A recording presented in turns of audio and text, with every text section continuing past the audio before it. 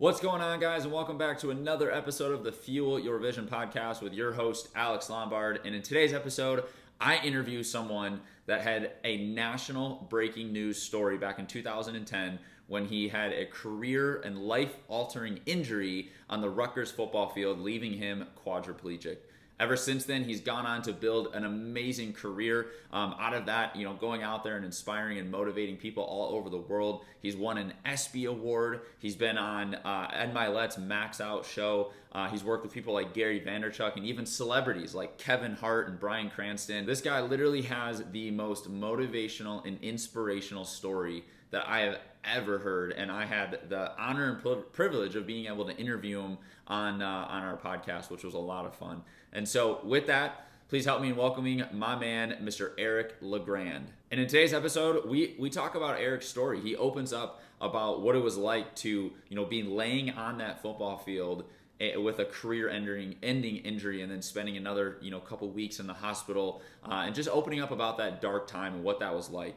He also then talks a lot about his brand and what he's been able to do, with that story, and how he's been able to take such a negative and dark thing and turn it into such a positive thing, impacting the world. He's been able to donate and raise charity for this cause, raising millions and millions of dollars, which is so freaking cool. He's also been able to start his own brand, which has caught the attention of a lot of major players, major celebrities, major sports athletes, called Shopfiftytwo. Eric has one of the best comeback stories that you're ever going to hear. He has the most humbling and positive attitude about life, even with his circumstances. It's extremely encouraging to hear his story and see how he goes about his day-to-day life, and his mindset that he has is just absolutely incredible. We also get the chance to dive into his faith, and he opens up and talks about where he's at with God and what that kind of that relationship looked like when at a time he was at the darkest place of his entire life.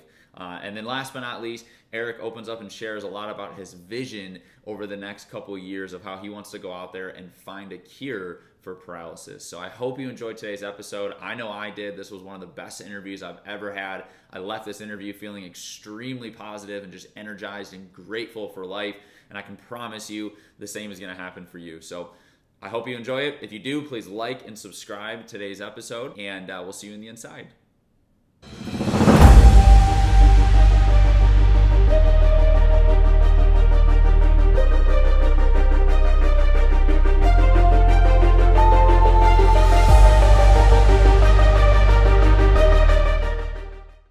All right, we are live. Welcome back to another episode of the Fuel Your Vision podcast with your host, Alex Lombard. And today, we got my man, Eric LeGrand. Eric, what's going on, brother? How are you?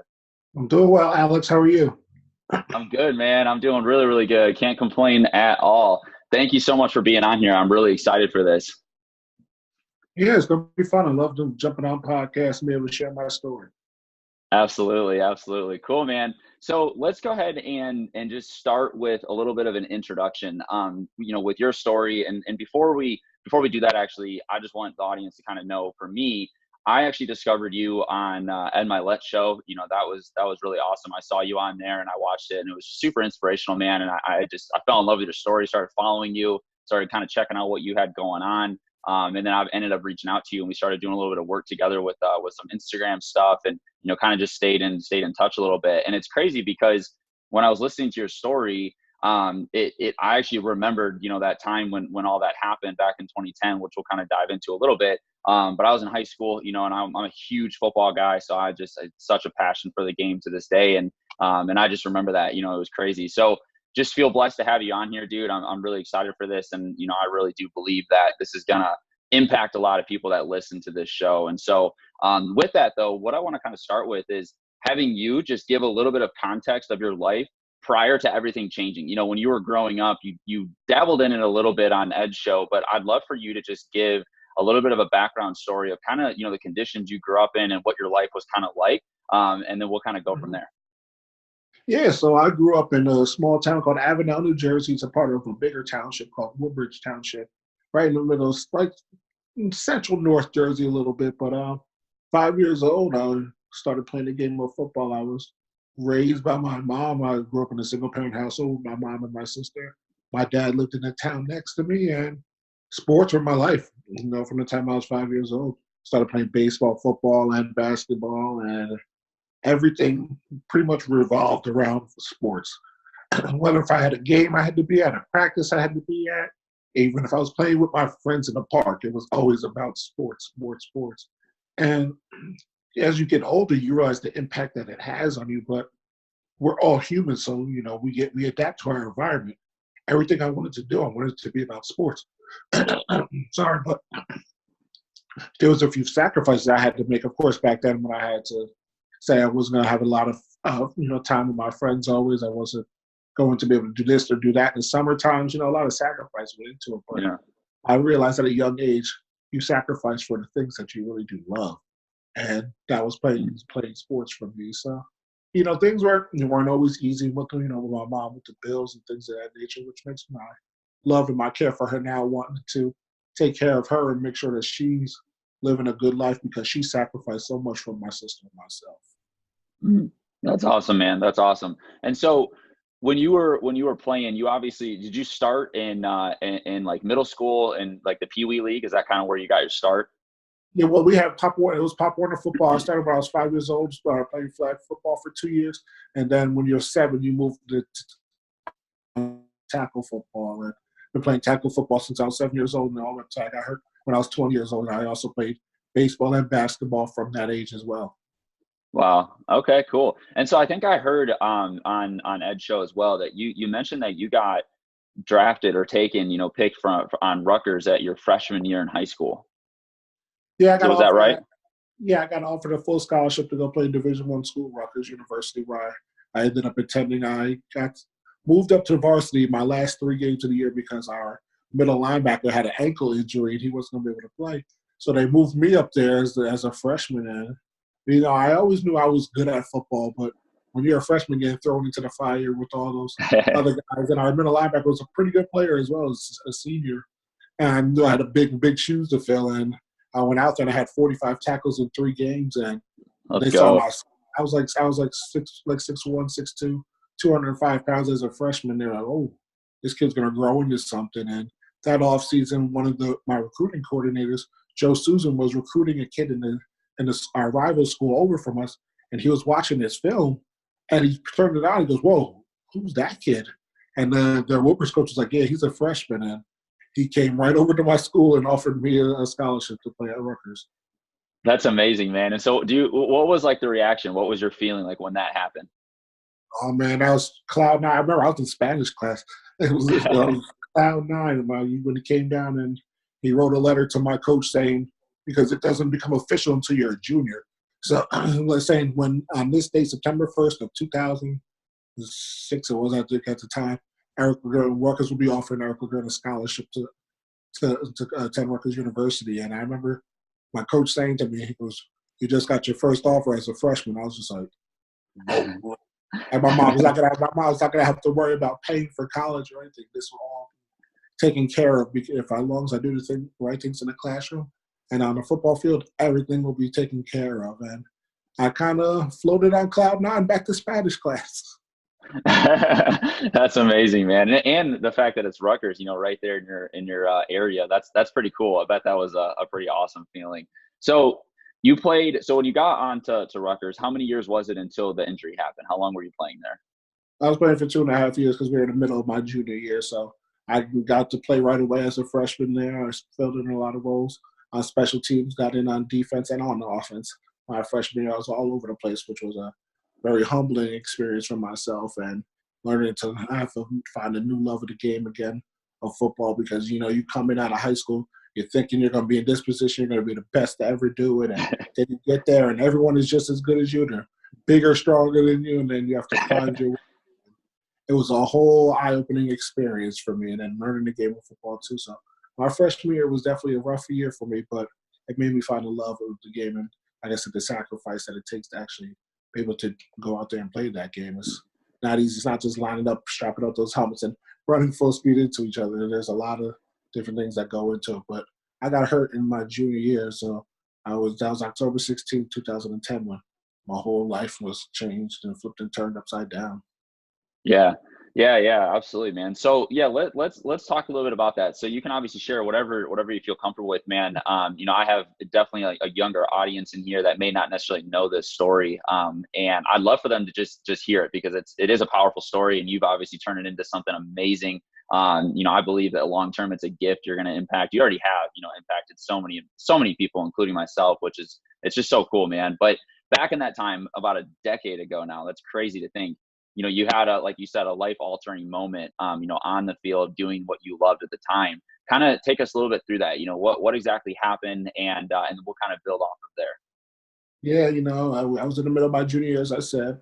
We were playing the Army Black Knights at MetLife Stadium, where the Giants and the Jets play. It had just opened up, so it was a new stadium, and then we're playing in an NFL stadium, so the hype for that. And it was a close game. We were down 17-3 in that game, and we had rallied back and we tied it 17-17 in the fourth quarter with 5 minutes left in the game. And I remember saying to myself, I want to make a big play on the field. I want to make a splash play where we can set them up a bad field position and somehow get a 3 and out and get our offense back out there to win the game. And on that game, I was facing a double team, which means on the kickoff, as soon as the ball was kicked off, 2 guys came to block me right away. But on that particular kickoff, I was able to get right by the 2. So I had a good 30, 40-yard head start on this guy I was going to make a tackle on. And I remember saying to myself, how do I want to make this tackle? Do I want to use my head or do I want to use my shoulder? And I said, I'm going to use my shoulder because this is about to be a big impact. I'm running full speed. I was 275 pounds. I knew it was going to be a big collision. And my teammate actually got down there about a half a second before I did, and he tripped the guy up. And when the guy got tripped up, his body twirled in the air, and I put my head down thinking it wasn't going to be a tackle at all. And the crown of my head went into the back of his shoulder blade, and the force from the impact made me fracture my C3, C4 vertebrae, and I became paralyzed. I didn't know what was going on at the time. I couldn't move. I couldn't breathe, and I thought I was going to die out there on that football field. I literally did, but my life was changed on that day, and who knew what it would lead to. But in that moment, I thought I was going to die.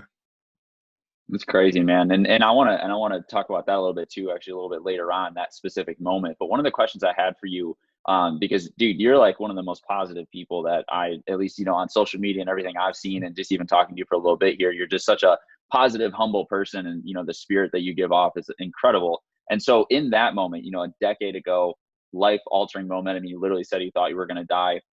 What was kind of, after that, you ended up going to the hospital and you kind of started to figure out what the reality of the situation was. How did you kind of handle that as just like a young college kid that, thought he was going into the NFL? What was like your reaction? Like what kind of happened? What was running through your head? Well, at first, people ask me usually, like, what was it like not being able to play football? And honestly, that was one of the last things on my mind, not being able to play football. Obviously, I was sad. Sure. I was, but I'm like, I need to get back to living a life, like walking again. After they just told my mom that I would never walk again, I'll never breathe on my own, I'll never eat solid foods, this and that. And I kind of went into that football mentality, that athlete mentality, and I said, I'm going to prove them wrong. I'm going to do this, I'm going to do that, whatever I need to do, because that's kind of what I was built off of. Always growing up, like, people are going to tell you can't do this, you can't do that. But I've always been able to go out there and prove them wrong. So I kind of went into that mode, and I said, you know what? I'm going to stay positive. Everyone that's coming to visit me, honestly, that's what jumpset everything, because everyone that came into my room was just so uplifting and motivating and telling me, E, you're going to be fine. You're going to be okay. And I'm sitting in my bed like, you know what? Like, the juice still flowing. I'm going to be okay. I'm going to do this. I'm going to handle this. And the more and more people started to come like, Eric, this person made this video for you, or this person at the time tweeted you, or this and that. I'm like, whoa, like all these people now know who I am. And maybe it's like a flip switch in my head. You say, you know what? This has become a responsibility now.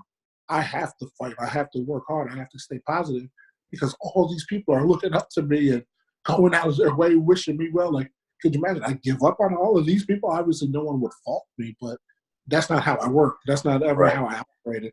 I feel like it became a responsibility, and I had to go out there and just be the person that I always have been, and I'm going to fight.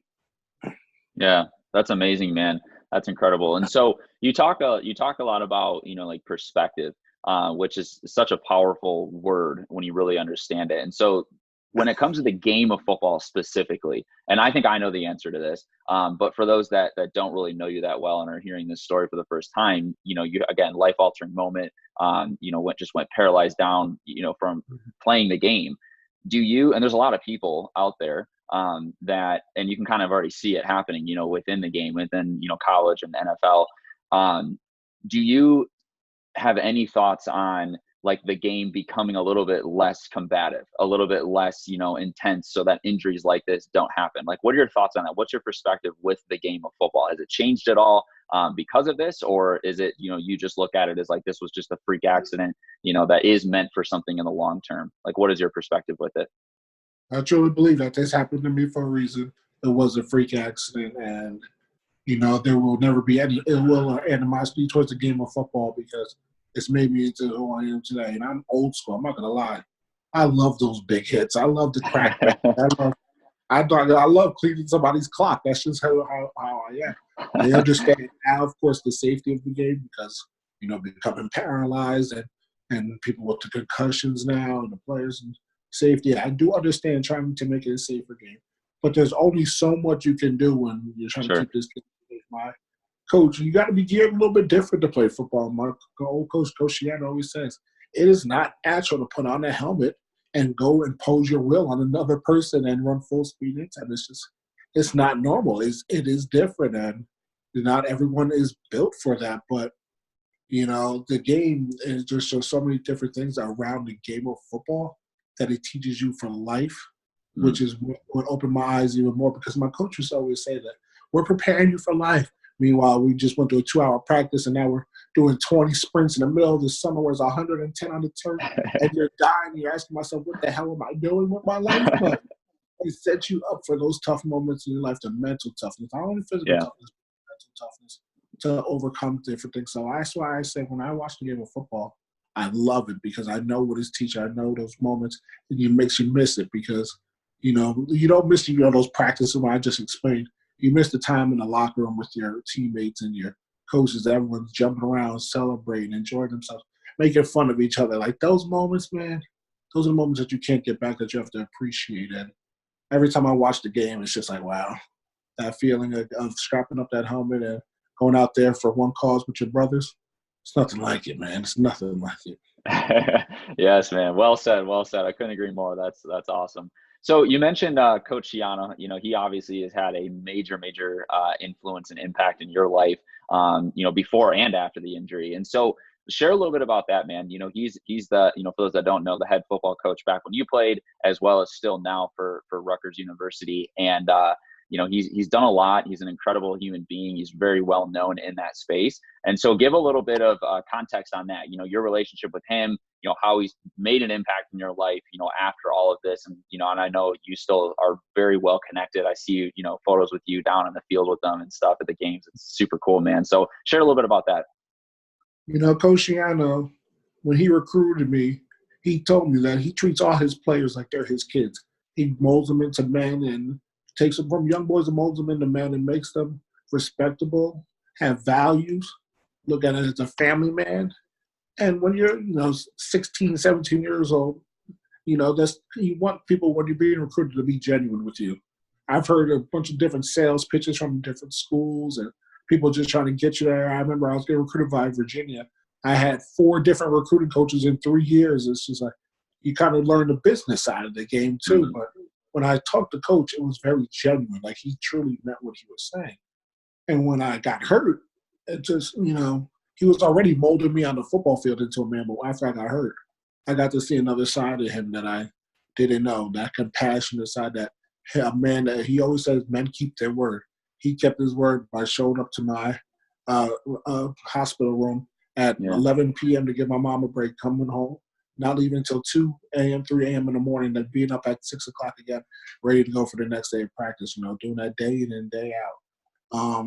Making sure I was in the right hospital, I had the right surgeons, and then everything afterwards, you know, it was just, you know, he's really like a father figure to all his players. You know, he takes us at that age of 18 to 22, and that's a big time of your life where you're going to see where you're going to go in your life. And he tries to turn us, like I said, into a respectable family man.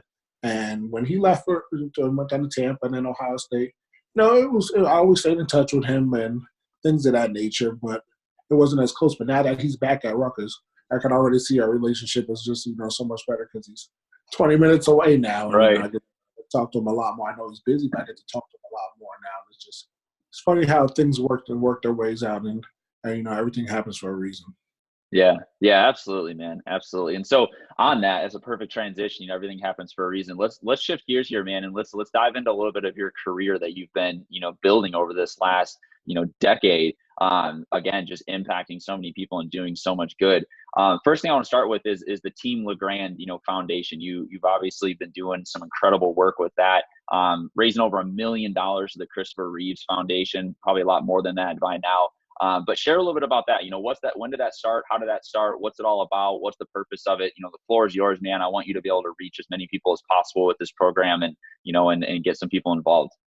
Yeah, absolutely. Team LeGrand was born, I say, in September 2013. It's funny because I started the foundation because so many people were reaching out asking how to help, which was incredible because, a lot of times I see with this injury, people right away, they want to be there, they want to help, and they want to see, what they can do to help you. But as time goes along, usually that time, the support fades.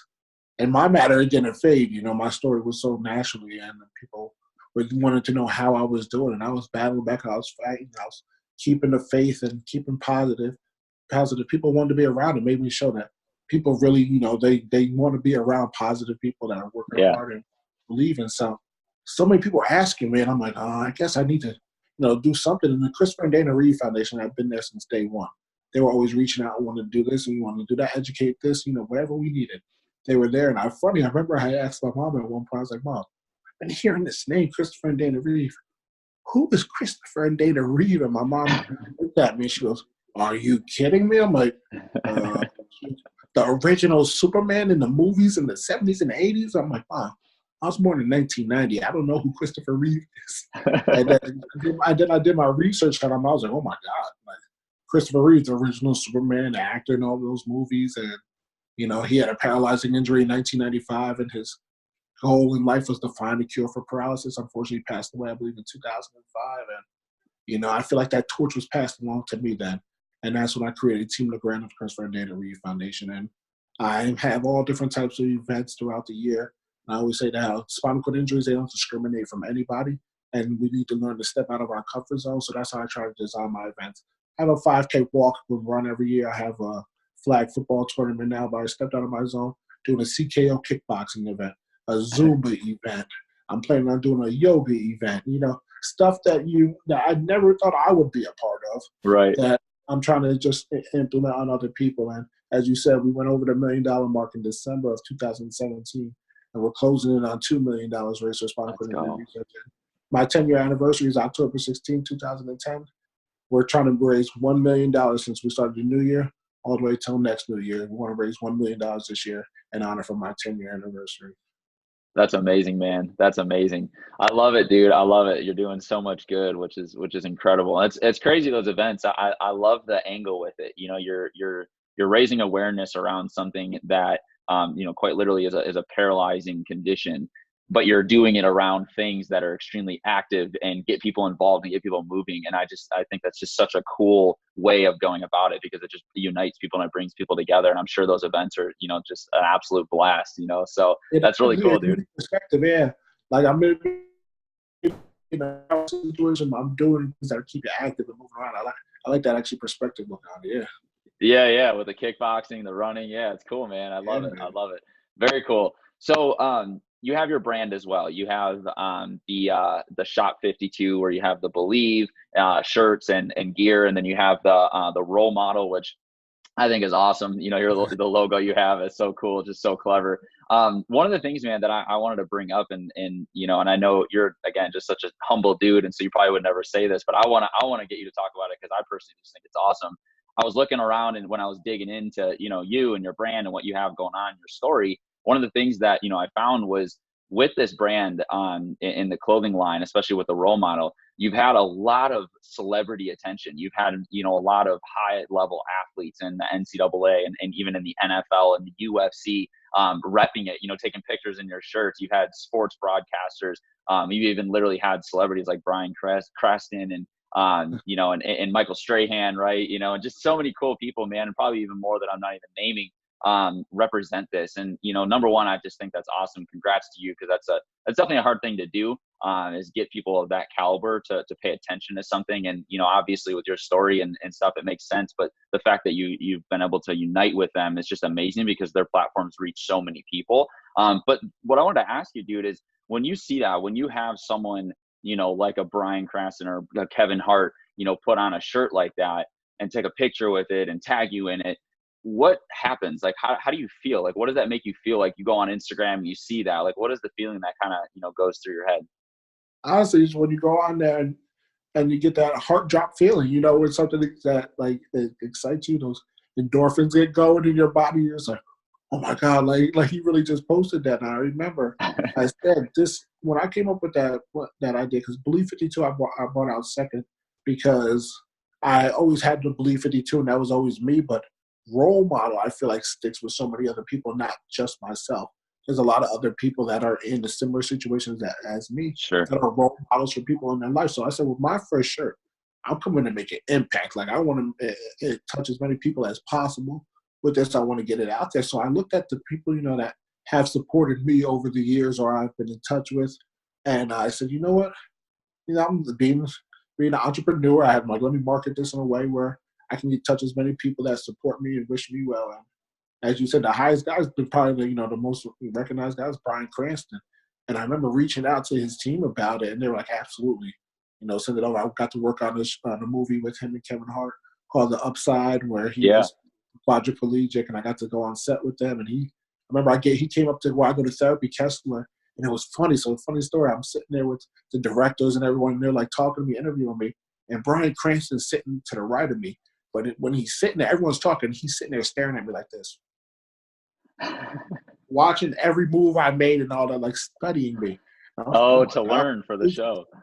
Exactly. So I gave him my book, and when I went on set, a few months later, he came out of his trailer and he has my book in his hand, and it was all marked up, pages folded, and all this. I'm like, wow, look at the research that he's actually done to go into this character, and we developed a friendship right there. And I said I was going to drop my clothing line it was August 12th at 12 p.m. or 11 a.m. where I forgot what it was. It was 12 p.m. on August 12th of last year, and he posted it at 12:01. I'm like, now that's really shows you how much commitment and love that he had for me. So stuff like that, when I get to see stuff like that, it makes you feel amazing. Michael Strahan wearing my T-shirt, UFC fighters like Jagger, my old teammates at the McCourty Twins with the New England Patriots, just so much love and respect for them. Just because like I said, I'm actually going to do that again. I'm actually have a list right now, and I'm going to be sending it out to a few more celebrities and getting them in the T-shirt and just getting that brand out. Yeah, dude, that's amazing. That's amazing. I was going to ask you too, with the Upside movie. So, quick funny story. I love Bryan Cranston and I love Kevin Hart. I've never heard of that movie before, and I was on an airplane a couple months ago, and I was just look, that's like my thing on airplanes. I like to watch movies, and so I'm on there and I'm scrolling through, and I've seen a lot of them, and I noticed those people, and so I clicked on it. I've never heard of this movie before, and I click on it, and I'm like looking at it, and I'm like, dude, I've never even heard of this. These are major actors. Like, what is this? And so I'm like, you know what, I gotta watch this. And dude, it was a incredible movie. I was so just like in love with it. I was watching it. I was just totally sold on the story, and it just like impacted me. I'm like on this airplane, just totally engulfed in this movie. And I was like telling all my friends, telling my wife about it. I'm like, gotta go see this movie. So incredible movie. If you guys haven't seen it, it's called The Upside. Go check it out. But with you, man, how did that all happen? Like, did you reach out to like do that? Did they reach out to you to like, come and study you? Like, what was kind of that process about? Yeah, so when they decided it was actually a remake of a movie that was a French movie that was when a quadriplegic and an aide that took care of him. And when they were originally planning to do this, they started to reach out to like the Reed Foundation people, and they actually reached out to people at Kessler about it. Like they wanted to come and like I said, come study, have a meeting to understand the characters that that Bryan Cranston was going to be playing as a quadriplegic. And they, Kessler, not to brag about myself, but they knew I was I'm one of their highest known patients, well-known patients. So asked me to be a part of it as well with them, and they're like, yeah, we know who he is, come in. And that's how it kind of started. So we first had that consultation meeting where we were just talking about everything that goes into being a quadriplegic, and they were interviewing me. And I said, Bryan Cranston's on the right of me studying me. And then I made sure I gave him my book to read, and he took that. And then they said, we want to have you on, once we start filming everything, we want to have you on set. So that was in that was in the end of the winter, beginning of the spring, the meeting. Then the summertime came and they started to shoot. And I went down there on set with them, and it was one of the scenes where it was talking about Bryan Cranston having to get his catheter changed. And Kevin Hart had to do the catheter change for the first time. It was absolutely hilarious. So they shot this about 2-3 hours I was there, and then they had me come on afterwards, and they were like, hey, what's going on? It was like, oh my God, like, this is Kevin Hart and Bryan Cranston. Kevin Hart took my phone and went on Snapchat, and it's like, this is Kevin Hart. I'm taking over Eric LeGrand's Snapchat. This is my man, B Cranston, and he's in the back dancing. I'm like, what is going on right now? That is so funny.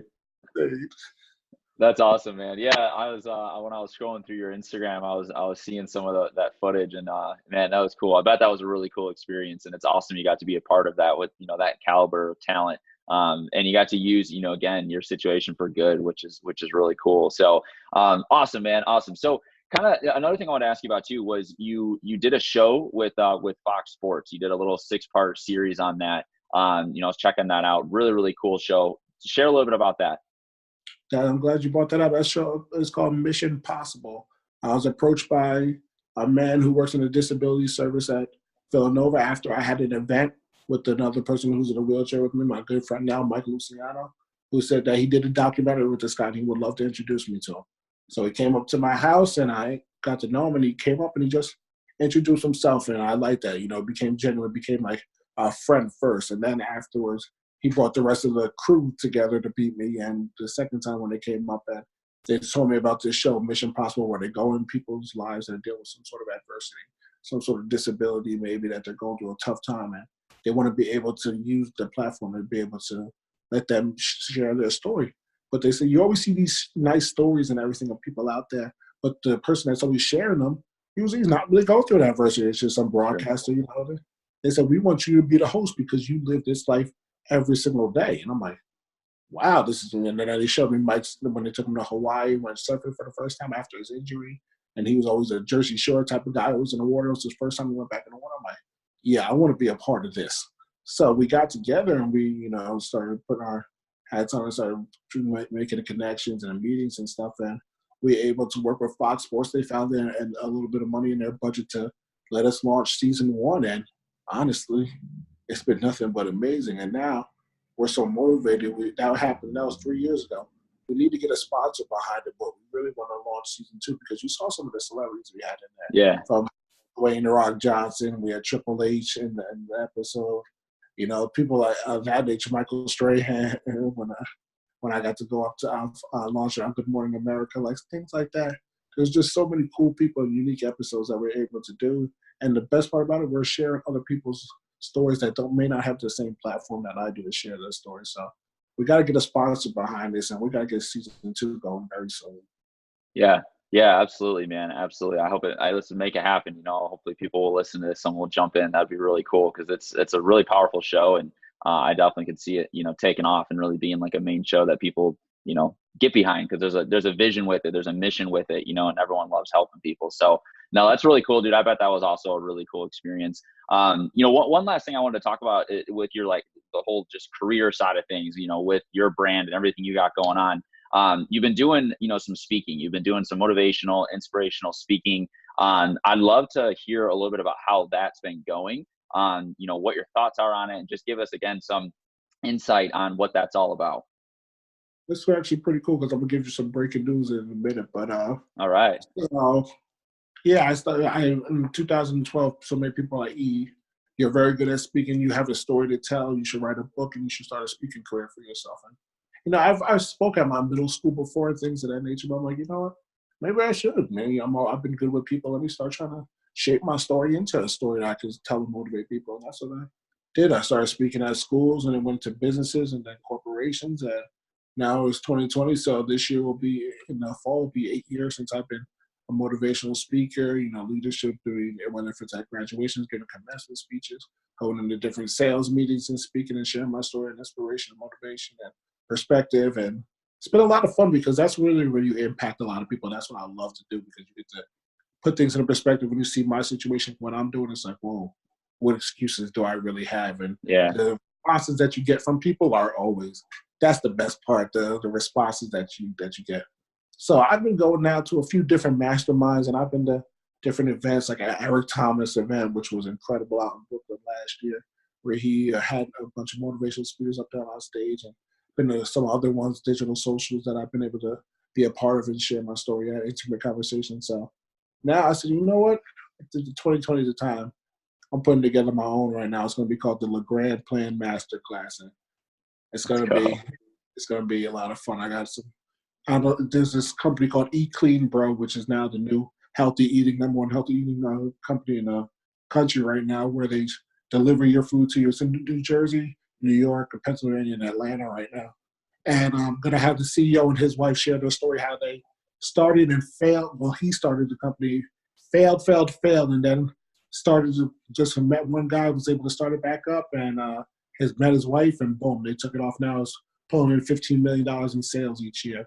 I'm going to be working. My head coach, Greg Schiano, is going to be a speaker. So it's going to be called the Grand Plan Mastermind Class, and we're going to try to do this in the summertime. I'm going to put it together at Rutgers, and I think it's going to really, really take off and really impact a lot of people. So we just had our first meeting about it yesterday. So now, like I said, I got breaking news for you. So we'll look out for July 2020.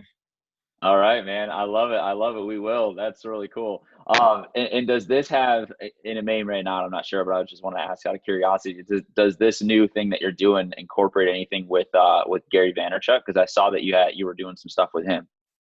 Yeah, just that. Nothing with Gary V yet. That's once I get my first one off the ground, we'll see if I can pull in the likes of a guy like Gary V to come do a speaking engagement. But I think, in time, I think we and Gary will be doing something like that. But yes, I did have a meeting with him and his team up there about some stuff with Mission Possible and see if we can open up some doors that way. But yeah, Gary V's the man.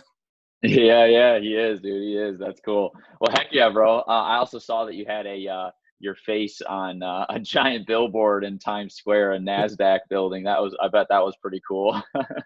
Yeah, NASDAQ. That's one of my good friends, Jim Malajarino. She's a Rutgers grad, and she's a season ticket holder, goes to all the football games, and she just loves my story. And she's reached out to me for the past 2 years, and she's like, come in right before college football gets started. We're going to put your mug right up on a big screen in the middle of Times Square. We interview you and all this stuff. I'm like, yeah, it's just awesome. Like, you get your face on the billboard. That's what you always want. So I got to do that now twice with my face on the billboard in the middle of Times Square. That's so crazy, dude. That's so crazy. I can't even imagine. I love it. So a big part of this show, man, that, is important to me that, I love to talk about is the faith aspect of things, something that like a goal of mine that I really want to, do with the show long term is kind of, bring on stories like yourself and in the entrepreneur space and, and really share those stories, those success stories, those challenges, all that stuff, the stuff we've been talking about today. And then kind of also bring in like the faith element, because I'm, just a huge believer that that's such a powerful piece. It's a foundation, of everything. And what I wanted to ask you, I want to go back to something you mentioned at the beginning of the show. When the day of your injury back in, I think you said it was in October 16th, 2010, when you were laying on the field, you said that, Coach Schiano came up to you and he told you to start praying. What was going on in your head, like when that happened? You kind of mentioned this, but I want you to kind of just expand on it a little bit, because I know you are a man of faith, and this was just such a profound moment. And I just want people to really hear this and really get this as we kind of move into the last segment of this show. So share that experience. Kind of what exactly happened? I thought I was going to die, and I closed my eyes at one point, and I was laying there, and I couldn't move, I couldn't breathe, and I said, God, take me at ease. And as I sat there thinking that was it, nothing happened. I went back to panicking, and my coach told me that I had to pray. He's like, you got to pray. And I was praying for a gasp of air, anything to happen. But at that time, nothing was happening. But when they lifted me up on the board for a second to put me onto the car, somehow I caught a gasp of air for a second. So I said, all right, things are starting to come back for me. I'll be okay. And from there, the journey, my faith with God is just so much now closer to him. I have a very unique relationship with him. I pray multiple times a day. And I thank him every single night before I go to bed, and I thank him every morning. And, I say my life, if you look at it, honestly, since my injury, it's been nothing but blessings. So many great people I've gotten to meet, so many places I've gotten to go, so many things I've gotten to do. I know my situation may not be ideal, with being in a wheelchair and paralyzed and having to rely on a lot of people. Sure. But it could be a lot worse, and I know that because God constantly reminds me of that as I go to therapy, and I just being in the spinal cord injury work community, because there's an injury that happens every 45 minutes, and I see what happens sometimes to some people, how families fall apart and things, and I'm daily always reminded by God, look how blessed you are, what you have and what you can do. And that's where my faith comes in, knowing, you know what, I'm just going to keep on doing his work and trying to impact as many people as I can, because I am very fortunate. Even though, like I said, I'm living a quadriplegic life, it could be a whole lot worse. Sure. And yeah. And I just really want people to hear that, man, because what you just said is just so freaking profound. It's like you have this life-changing moment, and you literally, my next question, and you already answered it, was how did this impact your faith? Because I know you are a man of God, which I just respect so much. And you literally just said that it's only increased, and that, you're more connected and you have a unique relationship, and you're praying every single day. And you just have, felt the blessings come in. And I love what you said about again, going back to perspective, how, even though you do have a condition that is extremely, just out there, like, no, people look at that and they're like, man, I can't imagine. But then you're in that, and you're seeing other people and watching, their positions and their conditions, and you're seeing how it could even be worse. And you're sitting there counting your blessings, and it's just the old saying that it's like, there's always someone out there worse off than you, no matter what, no matter what's going on, no matter what's happening. And so I think that's awesome, dude. And so what I want to ask you, again, kind of leading into the last few questions here for you, is what is your response to someone that is going through like a really hard time, whatever it may be, whether it's a physical injury, a mental injury, abuse, a loss of a loved one, whatever it may be? What is your response if someone comes to you and they're just like, Eric, I need some help, man. Like, I'm going through a rough patch in my life right now. I try to tell them we all have adversity that we're going to deal with, whether you're 5 years old or 65 years old. How you handle it ultimately defines you. We're only here for a short amount of time, and we never know when our last breath may be. So try to make the best of each situation. Look at the things that you thoroughly enjoy doing and continue to do those things. Try to impact other people by helping them get through tough situations. Yes, you may have lost a loved one. Yes, you may have lost your job. Yes, you may be going through a divorce. But time heals all, and it truly does. And like I said, you have to look at the people that may be going through similar situations and then lean on them for a little bit of help, lean on them to take your mind away from things. A lot of times people need to find a way to take their minds away from it, because they get so consumed on what's happening with them, and it's the worst thing in the world. But if you put yourself in positions where you can say, things aren't so bad for me. Look what this person may be going through. Look what this person may be dealing with. Maybe my issues aren't as bad as I thought they were. And when you could try to tell somebody that and put them into perspective, because a lot of times people will complain to me, and then they're like, oh my God, like, why am I complaining to you? I'm like, listen, I understand, we're human. Just because I'm in a wheelchair doesn't mean you can't complain to me. I understand what's going on, but I'm hoping that you do see my situation, and it brings a little bit of perspective to you, because things can be worse for you. So I know tough times are going on, but it's a cliche saying. Tough times don't last.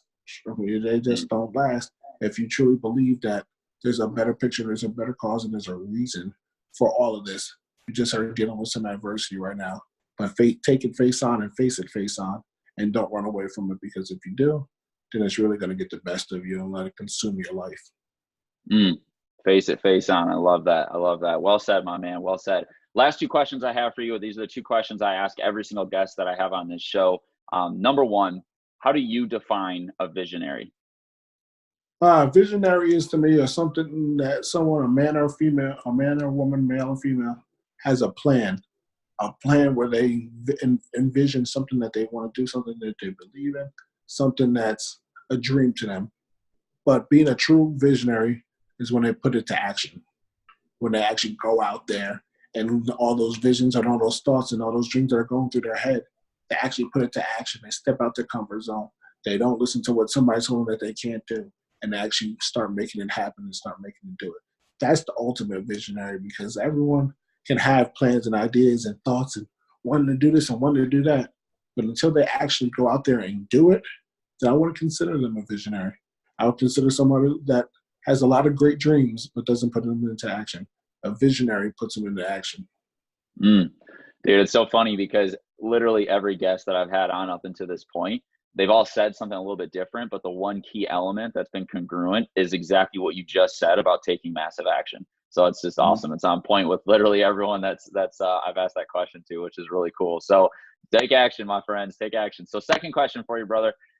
How does someone go out there and discover their God-given purpose on earth? That's a great question. I feel like it's hard to, a lot of times people don't, when they're searching for it, they don't discover it. It's usually something weird that will happen, a unique situation, something will come up abruptly, and all of a sudden you're like, whoa.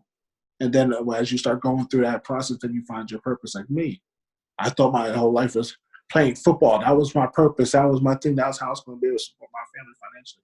Boom, I go out there and I break my neck and I become paralyzed. And now, using the things I learned playing the game of football, being who I am as a positive person, a people person, I always want to be around people, has now shifted into inspiring other people. And that's me finding my way and finding their way through life. So I wouldn't say go out there and search for what's going to happen, because at the end of the day, God could have a total different plan than what you thought that you were going to do.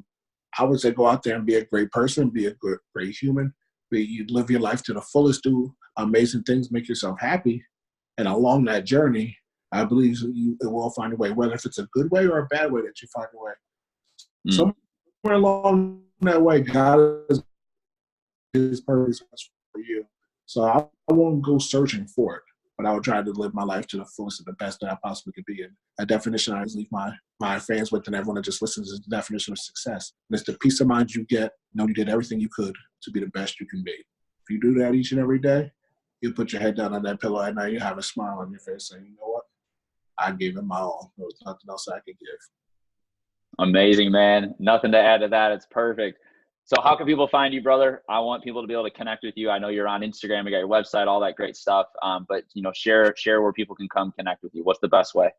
Yeah, absolutely. My Instagram, my Twitter is at Eric LeGrand52. That's EricLegrand 52. My website's ericlegrand52.com. You get my role model and Believe 52 gear on there. And my Facebook is just Eric LeGrand, and as well as my LinkedIn, and then my YouTube channel is Eric LeGrand 52 as well. And like my foundation weird. My Instagram is Team LeGrand. That's TeamLegrand. And that's my website is teamlegrand.org if you want to be a part of any missions that we have planned as well. So that's all about me. That's how you can find me, or you can just Google my name and I'll pop up right there. Like, I love it, man. I love it. Eric LeGrand, the legend, my man. Hey, I really appreciate your time. This was a lot of fun. I know people are going to get a ton of value from this. So again, just thanks so much for coming on here. And for those listening, thanks so much for supporting the channel. Go check out Eric. He's an awesome, awesome role model. And go check out what he's got going on. Appreciate all of you. Much love. Till next time. See ya.